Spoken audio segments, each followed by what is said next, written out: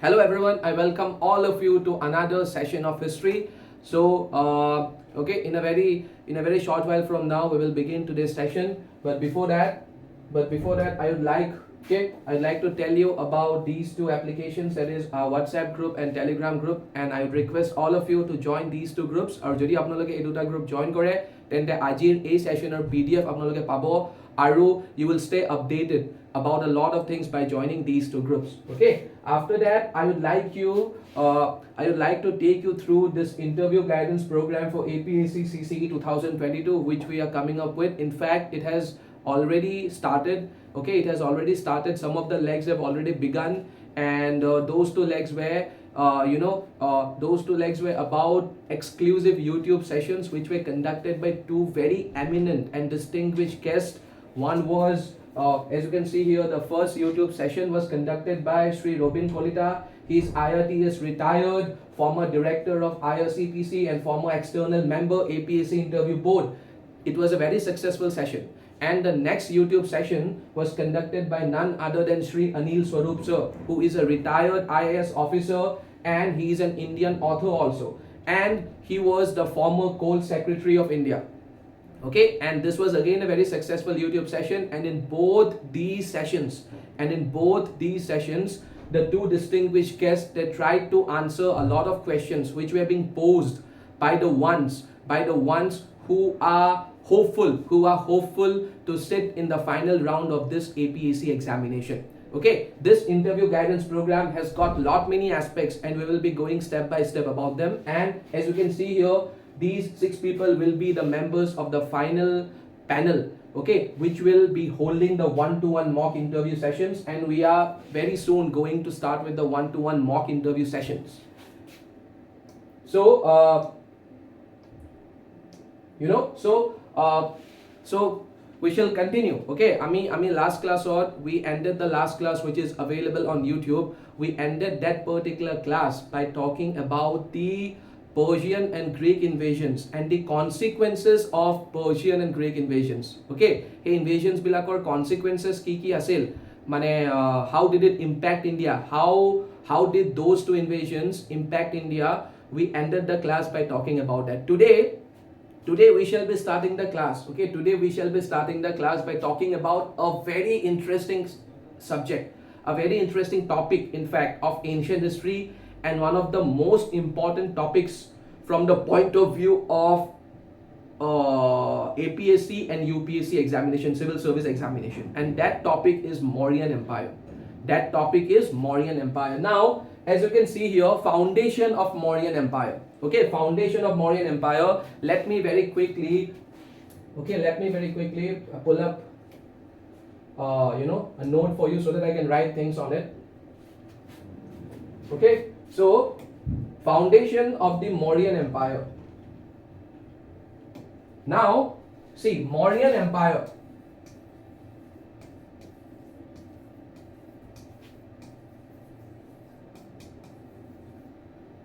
Mauryan Empire, very important, because Mauryan Empire, please focus. I want you guys to focus on this word empire. Please আপোনালোকে এই word টোৰ ওপৰত বেছি focus কৰক এতিয়া, empire. Mauryan Empire, the single most eneto Mauryan Empire is important for many reasons, but the single most significance of Mauryan Empire is that it is the first empire of India. It is the first empire of India. Mauryan Empire is the first empire of India. Yar agote India empire concept to absent asile. It is the first empire of India. And now before going further, since I have used the word empire, don't you think it is important for us to know the meaning of this word empire? Okay, don't you think it is important for us to know the meaning of this word? What is the meaning of this word? What is the meaning of empire? Now, in order to know the meaning of the word empire, why can't we pick up a contemporary source which tells us the meaning of the word empire? Jodi apnaloke Google kore the meaning of the word empire, you will find a lot of meanings, you will find a lot of definitions. But rather than following those definitions, rather than following those definitions, can we look into the definition of empire in a contemporary source? Now, what do I mean by a contemporary source? Ami এনেকুৱা এটা সোৰ্সৰ সহায় ল'ব পাৰো নেকি যোনটো source মৰিয়ান এম্পায়াৰৰ সময়ত বা তেনেকুৱা কিবা টেক্সট বা কিতাপ এখন মৰিয়ান এম্পায়াৰৰ সময়তে লিখা গৈছিল নেকি যোনখন কিতাপ বা টেক্সটে আমাক এম্পায়াৰ কি বস্তু তাৰ বিষয়ে কয়? Yes, okay, there is a source which gives us a definition, of this word empire, and that source is none other than Arthashastra. Okay, Arthashastra. We will talk about Arthashastra at length. Okay, we will talk about Arthashastra at length. As we all know, Arthashastra is a book. Arthashastra is a book which was written by Kautilya. It is a text, it is a very, very important text, and it serves as a very valuable source, okay, in order to reconstruct the history of the Mauryan Empire. Okay, we will talk about Arthashastra in great detail. Now, the thing I want to focus on right now is what does Kautilya tell us? What does Kautilya tell us about the empire? What is his definition? Now, as per Kautilya, empire, it has to have two very important characteristics. Okay, as per Kautilya, first of all, one more thing. What is the word being used by Kautilya for empire? Obviously, empire is an English word. So Kautilya could not have used the word empire, right? If you read Arthashastra, you will find a word by the name of Chakravartin. You will find a word by the name of Chakravartin Kshetra.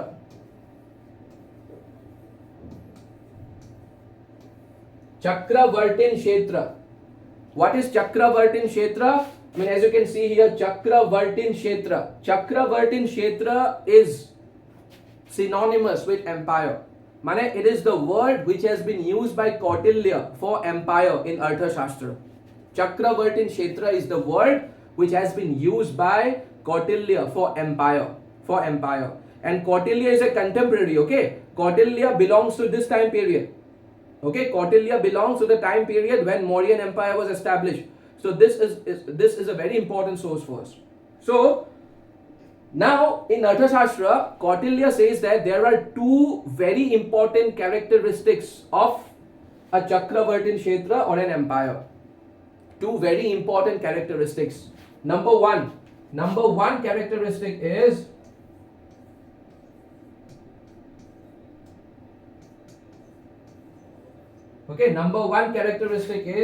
homogeneous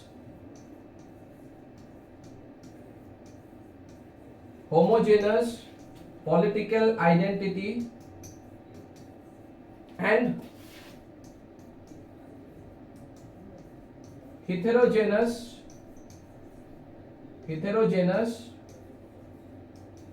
cultural identity. Okay, Kautilya কি কৈছে অৰ্থশাস্ত্ৰত? Kautilya define কৰিছে, কাক define কৰিছে? Chakravartin Kshetra, empire define কৰিছে. Kautilya কৈছে there are two very important characteristics of an empire. Number one is it has to have homogeneous political identity. What is the meaning of homogeneous political identity? একেবাৰে যদি মই simple ভাষাত ক'বলৈ যাওঁ, the meaning of homogeneous political identity is that the entire region has to be under the control of one power. Or in other words, it means what? Centralization of powers. Powers have to be concentrated in the hands of one individual. Centralization of powers. মানে এনেকুৱা নহয় যে ভাগ এটা অঞ্চলৰ ৰজা এজন আনটো অঞ্চলৰ ৰজা বেলেগ এজন তেনেকুৱা নহয়. There has to be centralization of powers. The entire area has to be under the control of one person, one power. That is the meaning of homogeneous political identity. Okay, and on the one hand, and on the other hand, heterogeneous cultural identity, meaning all the empire has to have diversity. Chakravartin Kshetra diversity thakiboi lagibo. If only one group of people, if only one kind of people is living in that particular territory, then that territory cannot be given the status of an empire. That particular territory has to be inhabited by diverse groups of people. Only then that particular territory can be termed as an empire. Now, according to Kautilya, these are two of the most important features of an empire. Okay, now that we know the definition of an empire, let's move ahead. Okay, now that we know the definition of an empire, let's move ahead. Okay, now see, we know the definition of an empire. Now, let's look into the background. Let's look into how this empire began. Okay, let's look into how this empire began. Now, see, now again we have to talk about another source. How this empire began, always keep one thing in mind, sources. I have said this ample number of times in the past. Sources are the lifeblood of history. Sources nathakile history will lose its scientific touch. Anyway, now I will talk about the sources separately. But right now I am talking about one such source which tells us about the story behind the establishment of the Mauryan Empire. How did Mauryan Empire come into being? How did the Mauryan Empire come into being? How did it all start? How did Mauryan Empire come into being? Now that story, in order to know that particular story, okay, or in order to reconstruct that part of the Mauryan Empire, we have to rely on a drama. We have to rely on a drama by the name of, it is a Sanskrit drama. We have to rely on a drama by the name of Mudra Rakshasa. We have to rely on a drama by the name of Mudra Rakshasa. It was written by a person by the name of Vishakha Dutt.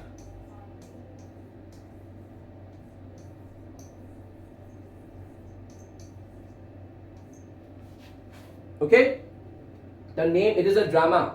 It is a drama, and it was written in around 4th century CE.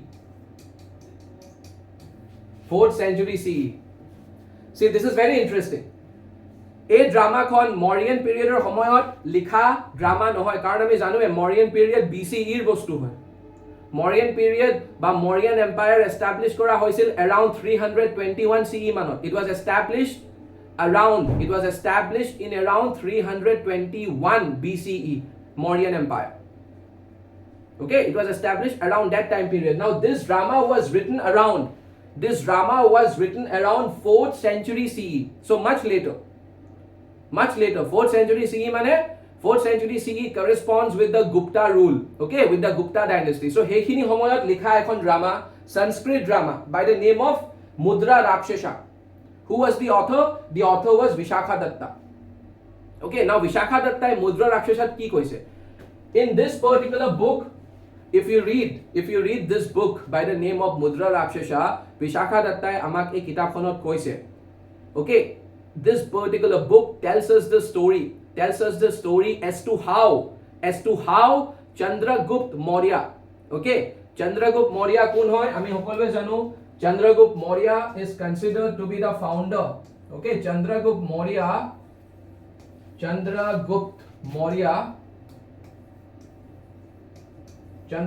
Maurya, he is considered to be the founder of the Mauryan Empire. Now, Vishakha Dutt in Mudra Rakshasa tells us how Chandragupta Maurya with the help of Chanakya, how did he establish the Mauryan Empire? A gute story to Mudra Rakshasat koa goise. Okay, a gute story to Mudra Rakshasat koa goise. Je how Chandragupta Maurya with the help of Chanakya. Okay, who was Chanakya? Chanakya was the author of Arthashastra. Chanakya kok ba Kautilya kok, he is the same person. So Mudra Rakshasa is important because of this, because it tells us the background story behind the formation of behind the establishment of the Mauryan Empire. Okay, it tells us how Chandragupta Maurya with the help of Chanakya ba Kautilya, how did they, okay, these two people, how did they dethrone? How did they dethrone the last ruler of the Nanda dynasty by the name of Dhananand? I've spoken about Dhananand in one of my previous YouTube classes. The videos are available. I request you guys to check out my last video or last to last video. Dhananand, as we all know, was the last ruler of the Nanda dynasty of Magad. This Dhananand was dethroned by these two. And once Dhananand was dethroned, what is the meaning of dethroned? Once he was removed in a coup.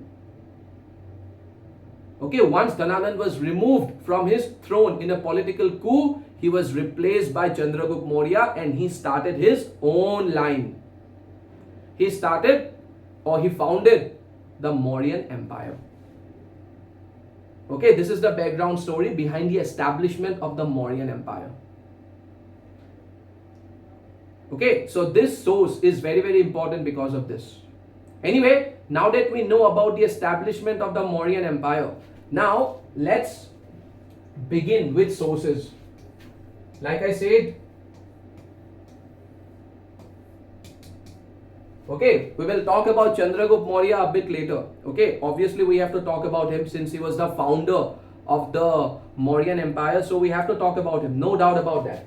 But before talking about Chandragupta Maurya, let's first talk about, let's first know the names of the sources, the most important sources which help us reconstruct what? Which help us reconstruct, okay? Which help us reconstruct the Mauryan Empire.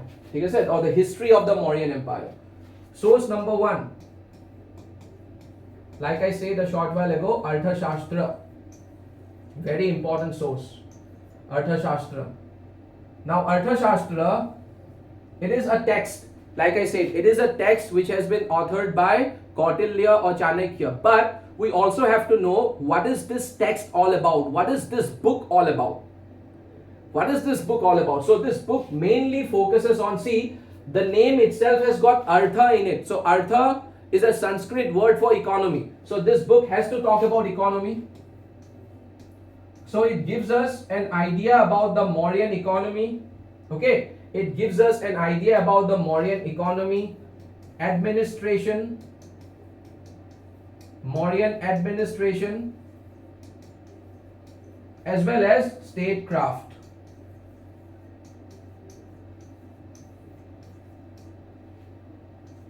Okay, economy means orthognity, administration means prokhakon, and statecraft means what? See, statecraft is highly relevant even today. Foreign policies of a country. What kind of foreign policies should a country adopt vis-a-vis another country? Like for example, we know India has got various foreign policies, and certain foreign policies are meant for individual countries. Certain foreign policies have to be, they have to be tailor-made. They have to be tailor-made for certain countries. Just imagine, and you guys won't believe it, that even today, the present day diplomats who are in this line, who have been given the responsibility to maintain cordial ties with other countries, they at times or from time to time, they also take inspiration from Chanakya's Arthashastra, because it gives us a lot of valuable information about how a country should maintain ties with other countries, or what are the things a country should do. How does a country identify who is your friend, who is your enemy? All these things have been dealt with Chanakya in great detail in Arthashastra. And why is Arthashastra important from the point of view of Mauryan period? Because it gives us an idea about the Mauryan economy, about the Mauryan administration, as well as about how did the Mauryan Empire go about. Okay, how did the Mauryan Empire go about with respect to its relation with other kingdoms, other contemporary kingdoms? Highly, highly important source. Okay, so number one source is Arthashastra. Let's move ahead. Then Indica. Now Indica is the name of another book. Indica is the name of another book. Okay, Indica is also the name of another book, and this particular book, the name itself is very important. The name itself is very important, but first let's know the name of the author. Who wrote Indica? Indica was written by a person by the name of Megasthenes. Okay, he was a Greek. Megasthenes was a Greek. He was not an Indian guy. He was not an Indian fellow. He was a Greek fellow. He came from what? He came from a different region. He was a Greek fellow. He was not an Indian guy. Okay, now the thing is that and he came from the northwestern part of the Indian subcontinent where Greeks were living in plenty. We all know. How did they happen to live in that part of the Indian subcontinent? They had been living in that part of the Indian subcontinent ever since the invasion of Alexander, because Alexander himself was a Greek. And when he went back after conquering large number of territories in the northwestern part of the Indian subcontinent, when Alexander the Great went back after doing that, he must have settled a lot of Greeks in that particular area. That's how Greeks started living in that area. So he was a Greek. Megasthenes was a Greek. Okay, I'll be talking about Megasthenes in greater detail a bit later. But now let's focus on Indica. Indica is the name of a book which was written by Megasthenes. Actually, Megasthenes was a Greek ambassador.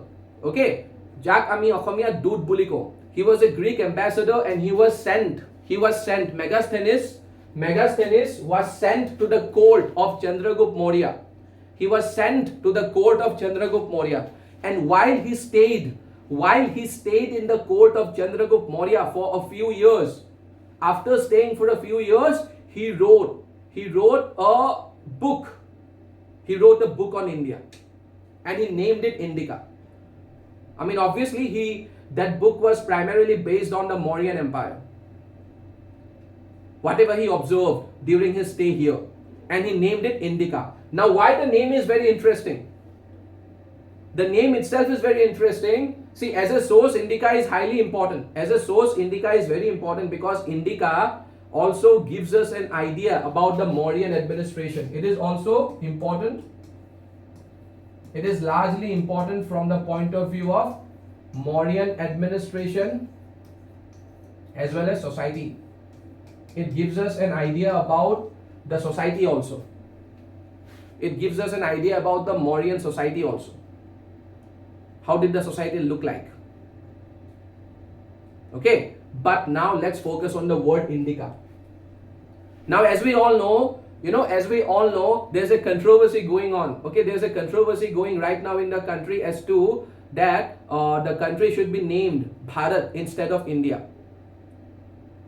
Now, there is no doubt that the word Bharat is very, very old. There is no doubt about that the word Bharat, that the origin of the word Bharat can be traced back to the Rig Veda itself, to the battle of 10 kings or 10 Rajas. There is no doubt about that. Okay, it can be traced back to Sudas, who was the head of a tribe or a clan by the name of Bharat. That's how the word Bharat, and Sudas actually won in that battle.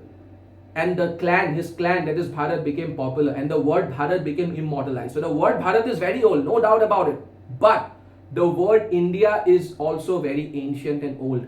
And there is a misconception. There is misconception among a lot of us that the word India was given to this country by the Britishers.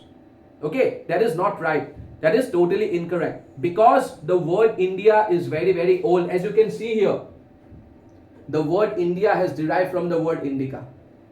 Okay, some people also say that the word India has derived from the name of the river Indus. Okay, as we know, we all know about this river called Indus. So Indus was the name which was given to that river by the Greeks. The Greeks used to call that river Indus. The Persians, on the other hand, used to call that river Hindu. And the Sanskrit name for that river was Sindhu. So 3 different groups are calling the same river by 3 different names. And from the name of that river perhaps came the word India.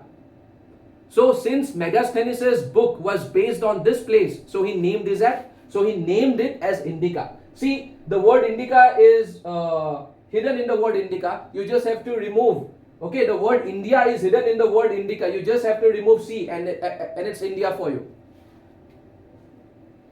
So it's very clear that the word Indica has a deep connection with the word India. In fact, the father of history, okay, there is this famous historian who is known as the father of history. His name is Herodotus. Herodotus. Herodotus. He is known as the father of history. Herodotus is older. Okay, Herodotus is older than the he is older than the Mauryan Empire. He belongs to a time period.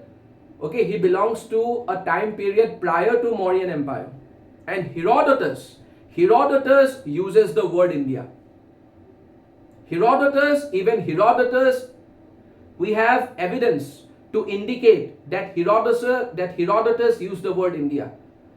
That again proves how old the word India is. Okay, so anyway, so Indica is also a very, very important source. Another thing about Indica which we have to know, okay, is that unfortunately, Indica as a book has not survived. Indica as a book, চাওক এতিয়া অৰ্থশাস্ত্ৰ যেনেকৈ contemporary source হয়, মানে অৰ্থশাস্ত্ৰখন যেনেকৈ মৰিয়ান এম্পায়াৰৰ সময়তে লিখা গৈছিল, ঠিক তেনেকৈ ইণ্ডিকাখনো সেইখিনি সময়তে লিখা গৈছিল, কাৰণ মেগাস্থেনিছ চন্দ্ৰগুপ্ত মৌৰ্যাৰ কোৰ্টলৈ আহিছিল আৰু কোৰ্টলৈ অহাৰ পিছত তেওঁ কোৰ্টত থাকি লৈ ওকে কেবা বছৰ থকাৰ পিছত তেখেতে ইণ্ডিকাখন লিখিছিল. After staying for several years in his court, he wrote a book, a comprehensive book on India by the name of Indica. কিন্তু কথাটো হ'ল, there is a difference here between Indica and Arthashastra. The difference is that unfortunately Indica has not survived in our midst. We have lost Indica.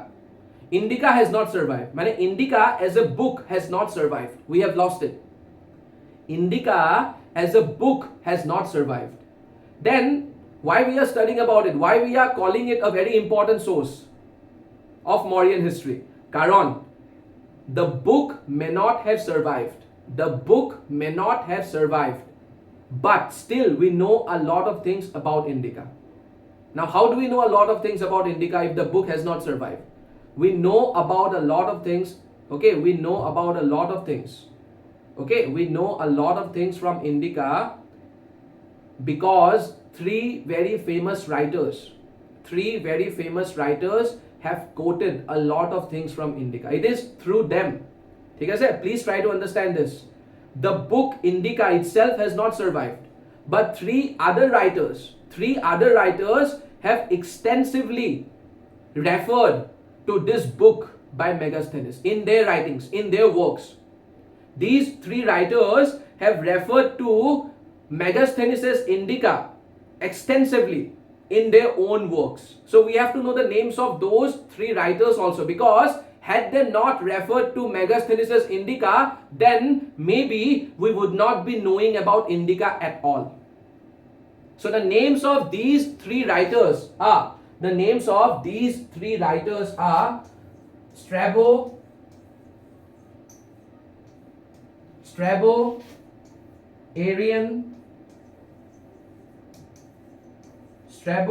Arrian and Diodorus.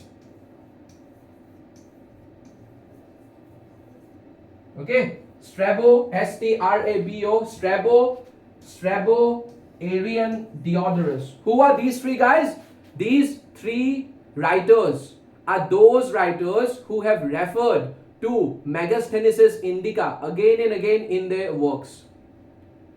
That's how we know a lot of things about Megasthenes' Indica, although the book has not survived. Okay, so Indica is a very important source. Strabo, Arrian and Diodorus. Okay, now let's move ahead. Source number 3. One of the most important sources is Ashokan Edicts.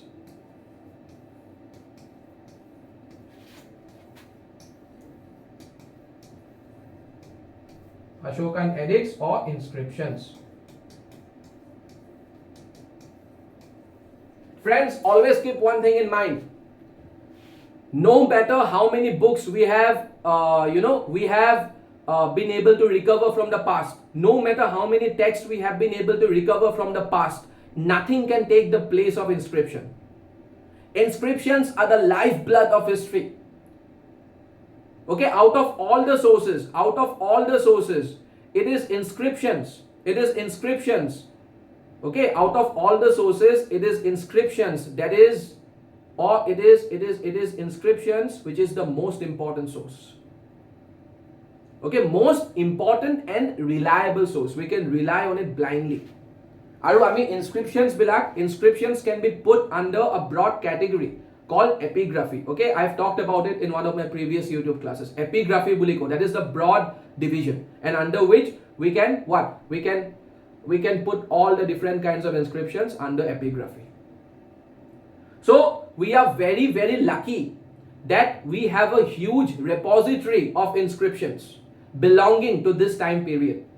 And those inscriptions were issued by the greatest ruler of Mauryan Empire as well as of ancient India, that is Ashoka the Great. We are very, very lucky that we have been able to discover, that we have been able to recover certain things or certain messages which have been left behind by Ashoka himself. Ashoka himself is telling us many things. Ashoka himself. Why this is important? So please realize the importance. Through these inscriptions, we can read the mindset of Ashoka. We can read his state of mind. We can form an idea about his ideologies. We can form an idea about his perceptions. How did he see the world? How did he perceive the world? So Ashokan inscriptions, they are very, very important. Extremely important. In fact, I would say out of all the sources which I am listing down now, Ashokan inscriptions are the most important source which helps us in reconstructing, which helps us in reconstructing the phase or the Mauryan period in a much, much better way. Okay, so this is a very important source. Then obviously I've already spoken about another source, that is what? Mudra Rakshasa. Mudra Rakshasa. Okay, since I have already told you the name of the author, I would not say it again. Okay, Mudra Rakshasa. And I've also told you a short while ago about the thing Mudra Rakshasa tells us. What does it tell us? So Ashokan edicts, Mudra Rakshasa. What else? Now, there are obviously numismatics. Okay, numismatics. Now, what is the meaning of numismatics? I've said this before as well. Numismatics means study of coins. Study of coins. So basically, we have recovered, coins belonging to this time period. For example, we have recovered the coins which were issued by Ashok. And the coins of this time period, the coins which were issued during the Mauryan period are known as, they were known as panas. And Ashoka, for example, Ashoka issued panas in silver and copper. His panas were made of silver and copper. And these coins also tell us a lot of things about that time period. And in fact, these coins also tell us a lot about that time period. And in fact, the coins, if I have to tell you something more about the coins which were issued by Ashok's coins, how will you identify Ashoka's coins? Ashoka's coins had certain distinctive symbols punched on them. Okay, if you have followed my previous classes, then during the age of Mahajanapadas, I have spoken about punch mark coins. Okay, what is the meaning of punch mark coins? Punch mark coins are those coins on which or onto which symbols are being punched. Punch kora hoisil. Certain symbols were punched onto those coins, which gave it the name of punch mark coins. Hey karne ami, those coins are known as punch marked coins. So during the Mauryan period also, punch mark coins were circulated. Okay, during the Mauryan period also, punch mark coins were in use. Ashok himself issued punch mark coins. Okay, and they were known as panas. But the thing I'm trying to tell you now is what kind of symbols were used by Ashoka. Ashoka was not using the same symbols which were used by the rulers during the age of Mahajanapadas. He was using different symbols. That helps us identify that helps us identify that yes, these are the coins which were issued by Ashoka. Now, what were those symbols? Okay, now what were those symbols? Okay, now there were three symbols. Okay, there were three symbols. Please keep these things in mind. There were three symbols used by Ashok in his coins. Number one was peacock. Okay, number two was hill with the background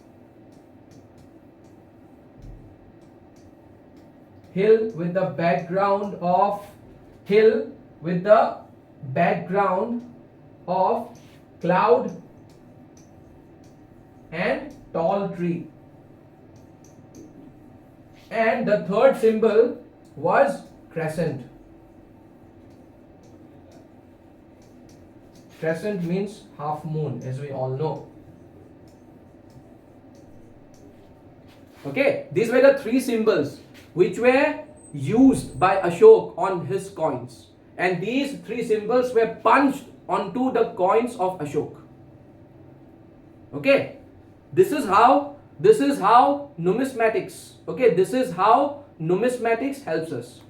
Okay, this is how numismatics helps us. Now, if we proceed further, okay, this is how numismatics helps us. Now, if we proceed further, then the next source would be, just a second, then numismatics was source number 5. Now the next source would be Buddhist text.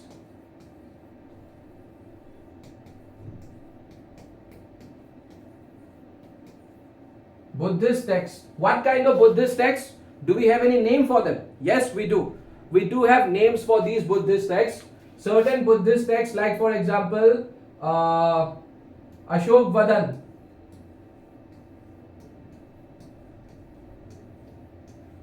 Ashok Vadan, Divya Vadan,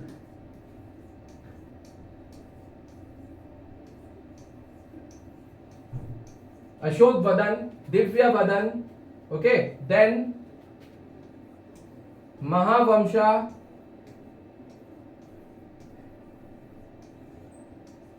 and Deepa Vamsha.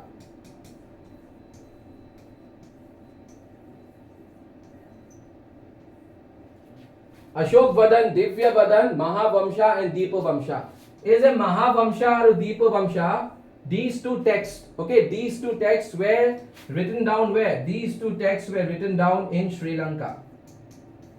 Ebilak saw Buddhist text. But Swa, not all the sources are equally important. You also have to learn the art. You also have to learn the art of, you also have to learn the art of putting the sources in a proper order in terms of which source is more important, which source is less important. Now, in terms of their importance, Buddhist texts are not as important as, let's say, numismatics or Ashokan inscriptions. Ashokan inscriptions are beyond any comparison, most important source. Okay, but because the Buddhist texts, these Buddhist texts like Ashok Vadan, Divya Vadan, Mahavamsha and Deepa Vamsha, they also give us some amount of information regarding a certain phase of Mauryan period. So I'm listing down the names of these Buddhist texts also. So these were the names of some of the most important sources of the Mauryan period, or if not of the Mauryan period, then those sources which help us reconstruct that period. Okay, now let's proceed further. Now let's first talk about Chandragupta Maurya.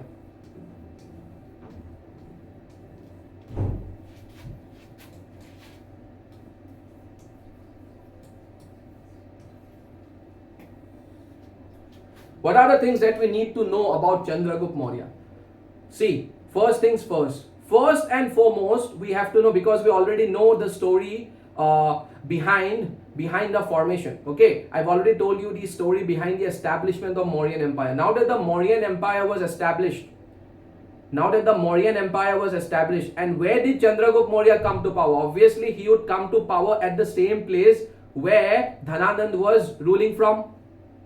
He would come to power at the same place Dhananand was ruling from, and we all know the Nandas were ruling from Patliputra. So Chandragupta Maurya came to power at Patliputra. That became his capital. And once he established himself in Patliputra and founded the Mauryan Empire, he began to expand.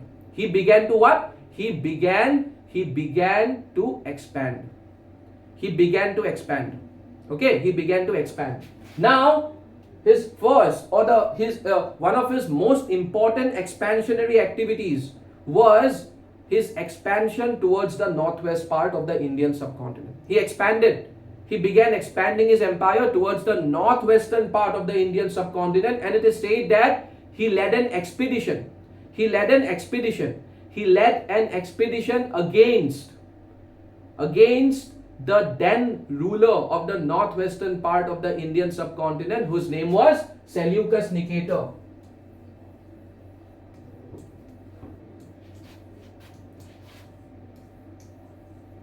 Seleucus Nicator. I've spoken about this person as well. Who was Seleucus Nicator? Seleucus Nicator was the same person. Seleucus Nicator was the person who was put in charge of the conquered territories by Alexander. Okay, Alexander invaded the northwestern part of the Indian subcontinent and he conquered many territories in that part. When he returned, when he headed back, okay, he decided to put Seleucus Nicator in charge of all those territories. In charge of all those territories lying in the northwestern part of the Indian subcontinent. And after Alexander's death, we all know Alexander died soon after that particular incident. After Alexander's death, Seleucus Nicator became an independent ruler. So he was like a king of that area. Now Chandragupta Maurya begins expanding in that direction. Now since he wanted to conquer that part, so he has to fight whom? Seleucus Nicator. So he leads an expedition against Seleucus Nicator. And he seems to have defeated Seleucus Nicator. He seems to have defeated Seleucus Nicator, although we do not have any credible source which tells us very clearly that Seleucus Nicator was defeated at the hands of Chandragupta Maurya. Amar hatot enekwa tothyo nai, khatange kobo noru. But what we do know is that a peace treaty was being signed between these two rulers. A peace treaty was signed between these two rulers, and if you guys read the terms and conditions of that peace treaty, you will see that the treaty is tilted in favor of whom? The treaty is tilted in favor of Chandragupta Maurya, not in favor of Seleucus Nicator. Since the treaty is tilted in favor of Chandragupta Maurya, okay, we can very easily say that the war, that the battle must have been won by Chandragupta Maurya. Which is why the agreement was in their favor. Okay, am I clear? So let's now talk about the treaty, the peace treaty.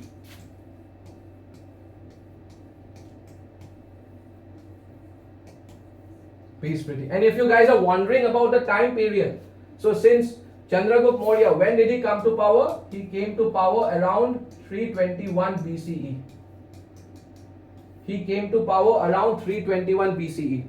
This is when he came to power, around 321 BCE. And he founded the Mauryan Empire. And after certain years, he leads an expedition to the northwestern part of his Indian subcontinent,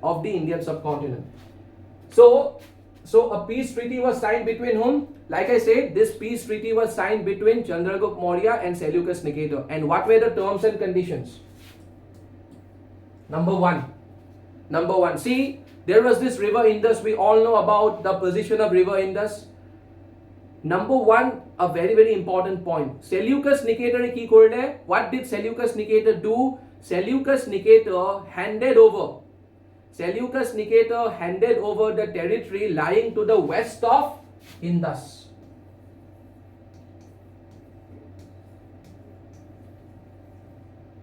Okay, Seleucus Nicator handed over, he was the master of that territory, but now he hands over the territory lying to the west of Indus. Indus or western phale mane hobo, for example, a substantial part of Pakistan and Afghanistan. Okay, areas like Kandahar. which is in Afghanistan. Okay, where we have also found one of the very famous Ashokan inscriptions, because it is a bilingual inscription. Anyway, I'll talk about it later. West of Indus, the territory lying to the west of Indus was handed over to whom? It was handed over to Chandragupta Maurya, CG. Let's name him as CG. Was handed over to Chandragupta Maurya. The territory lying to the west of Indus was handed over to Chandragupta Maurya by Seleucus Nicator. Now, why would he hand over the territory lying to the west of Indus? Why would he hand over his own territory to another king until and unless he has been defeated by that king? Obviously, it's quite obvious. Okay. Condition number 2. Both the rulers, that is Chandragupta Maurya and Seleucus Nicator, they form what? They establish diplomatic relations.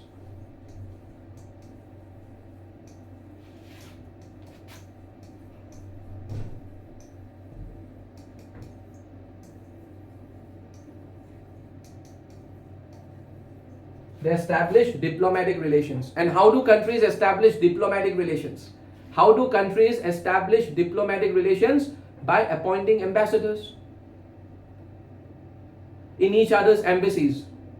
I'm talking about modern day. I'm talking about the 21st century.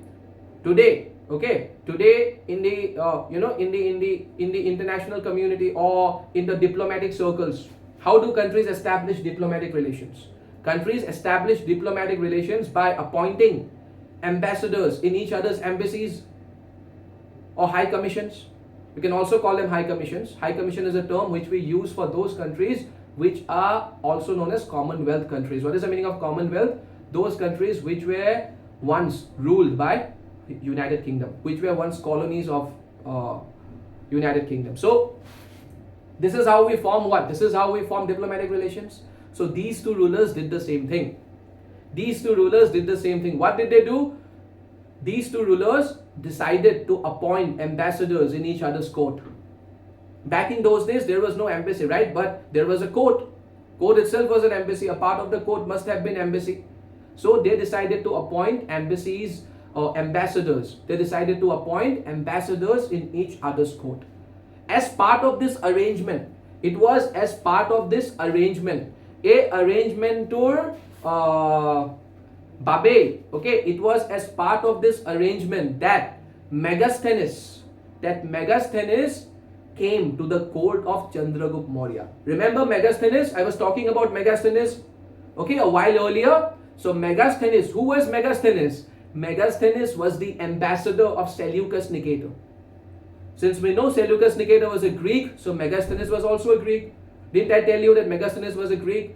So he is actually the ambassador of Seleucus Nicator. And he is being sent by Seleucus Nicator to the court of Chandragupta Maurya as part of this establishment of diplomatic relations. Okay? Then number 3, it seems that Seleucus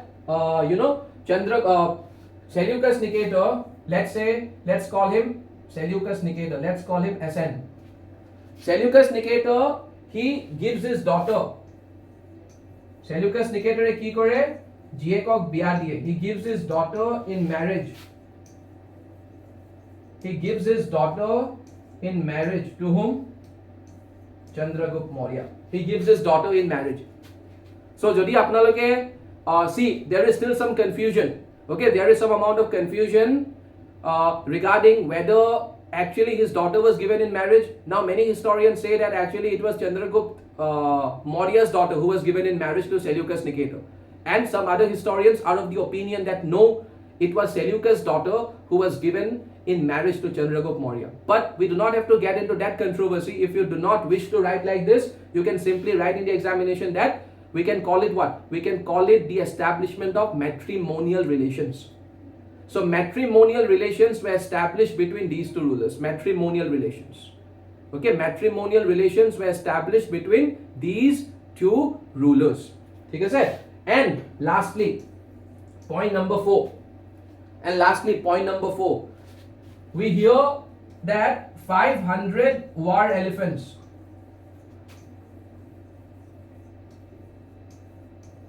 500 war elephants. 500 war elephants were gifted to Seleucus Nicator by Chandragupta Maurya. Okay, this was the 4th point of this peace treaty. That 500 war elephants. 500 war elephants were gifted to whom? 500 war elephants were gifted by Chandragupta Maurya to Seleucus Nicator. Because as we all know, elephants are available, elephants, they're still available. They were available in plenty in the eastern part of India.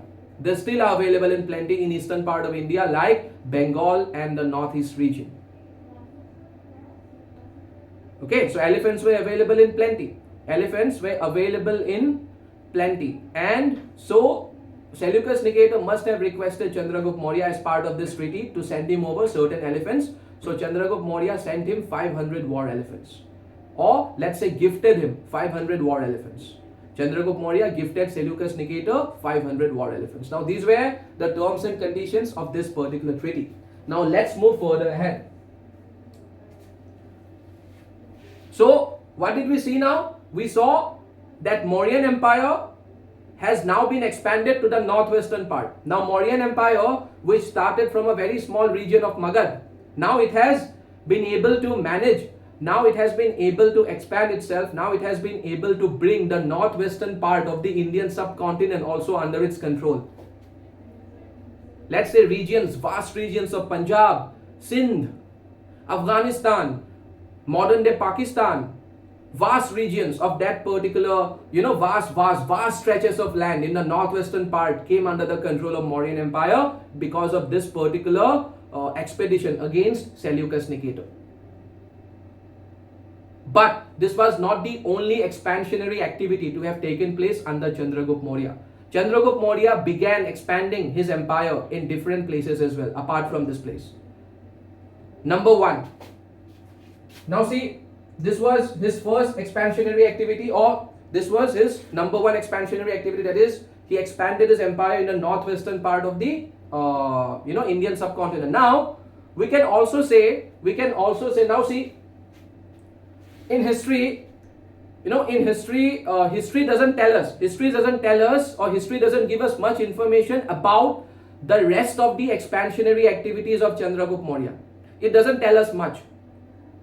But even if history is silent on the rest of the expansionary activities of Chandragupta Maurya, even then we can determine the areas, we can identify the areas which were brought under the control of the Mauryan Empire during the reign of Chandragupta Maurya. How can we do that? We can do this through something which is known as deductive history.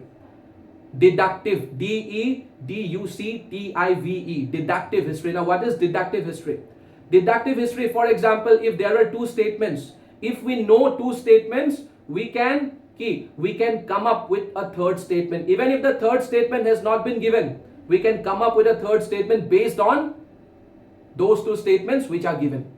So based on 2 statements, I am just giving you an example. Based on 2 statements which are well established, we can form a 3rd statement. This is known as deductive history. Now this thing will become more clearer. Okay, this thing you guys will get more clarity once I go ahead. Okay, sir? See, now what are we trying to look at? We are trying to look at those areas which were brought under control, or which were brought under the control of the Mauryan Empire during the reign of Chandragupta Maurya. Now the first area was the northwestern part. Okay, that is over. Now the second area is Gujarat. How can we say that Gujarat had also become a part of the Mauryan Empire during the reign of Chandragupta Maurya? How can we say this? We can say this because, in order to say this, we have to move slightly ahead in time. Okay, we have to go to the post-Mauryan period. Etia amar post-Mauryan period arambho hua nai. Post-Mauryan period mane that period which comes after the Mauryan period. Post-Mauryan period or we will come to know about a ruler by the name of Rudra Daman. He belongs to the post-Mauryan period. Now Rudra Daman has left an inscription. He has left an inscription in Gujarat, and that inscription, I'll talk about that inscription in a more detailed manner later. Okay, that is not the agenda today. Today let's stick to our own agenda. Now in that particular inscription, Rudra Daman informs us in his inscription that he is repairing a dam. That he is what? He is not building it anew. He is not building it freshly. He is simply repairing it. Rudra Daman is informing us that he is repairing a dam which was initially built under the orders of Chandragupta Maurya. And where does he issue this inscription? In the Girnar area of Gujarat. In the Girnar, Girnar, Gujarat. He himself is saying, Rudra Daman is saying that I am repairing a dam which was originally built under the orders of Chandragupta Maurya. That means Chandragupta Maurya had built a dam in Gujarat. So because he was building a dam in Gujarat, this area of Gujarat was under his control. So we can say that Gujarat was also brought under his control. Then Deccan. The Deccan region. Now the Deccan region was also brought under the control of the Mauryan Empire during the reign of Chandragupta Maurya. How can we say this? We can say this because, okay, we can say this because Chandragupta Maurya was succeeded by Chandragupta Maurya was succeeded by his son Bindusara. Okay, and Bindusara was succeeded by his son Ashoka. Now see, we can say this because Ashoka, if you look at the career of Ashoka annexed or conquered only one area, that is Kaling. Ashoka did not move towards Deccan. But a very interesting thing. Okay, a little while earlier I was talking about Ashokan inscriptions. Ashokan inscriptions have been found at different places of India. And certain Ashokan inscriptions have been found in places like Karnataka also. Karnataka falls under Deccan.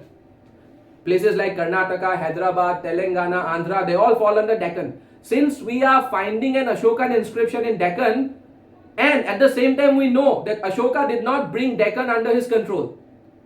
So one thing is for sure, Deccan was a part of Mauryan Empire, and Deccan was a part of Mauryan Empire. Deccan was not brought under the control of Mauryan Empire by Ashoka, because Ashoka only brought Kaling. After Kaling, he avoided violence. He gave up the path of violence altogether. Okay, we know that already.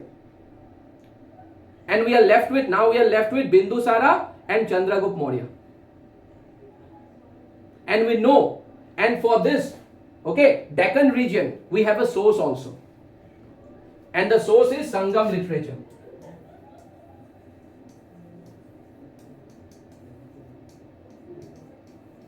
Sangam literature dates to which time period? It is not a contemporary literature. It is slightly, it was written a few centuries later. Okay, Sangam literature was written in the first centuries of the Christian era. First centuries of the Christian era means first centuries of CE. First centuries of the Common Era. And Sangam literature tells us that the southern part of the Deccan region, like for example Karnataka, it tells us that the southern part of the Deccan region was under the control of a clan by the name of Maurya. This is the word being used by Sangam literature. Sangam literature tells us that the southern part of the Deccan region, like for example Karnataka, was under the control of a clan by the name of Maurya, M-O-R-I-Y, Maurya.